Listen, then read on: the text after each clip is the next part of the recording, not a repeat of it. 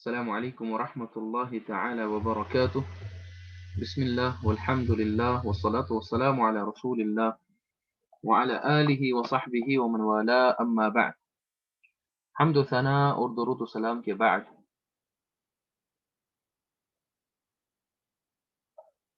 شیخ الاسلام محمد ابن عبد الوهاب رحمہ اللہ تعالی آداب المشی الی الصلاح میں فرماتے ہیں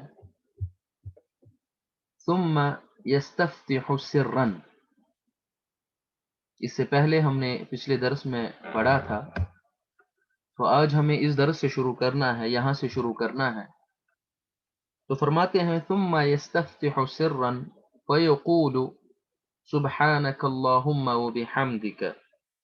ومعنى سبحانك اللهم أي أنزهك التنزيه اللائق بجلالك يا الله. وقوله بحمدك قيل معناه أجمع لك بين التسبيح والحمد. وتبارك اسمك أي البركة تنال بذكرك. وتعالى جدك أي جلت عظمتك ولا إله غيرك أي لا معبود في الأرض ولا في السماء بحق سواك يا الله. ويجوز الاستفتاح بكل ما ورد. تو شیخ رحمہ اللہ تعالی بیان فرماتے ہیں کہ جب یہ نماز شروع کرے گا، تکبیر تحریمہ پڑھے گا، اس کے بعد ثم یستفتح، پھر استفتاح کرے گا، سرن یعنی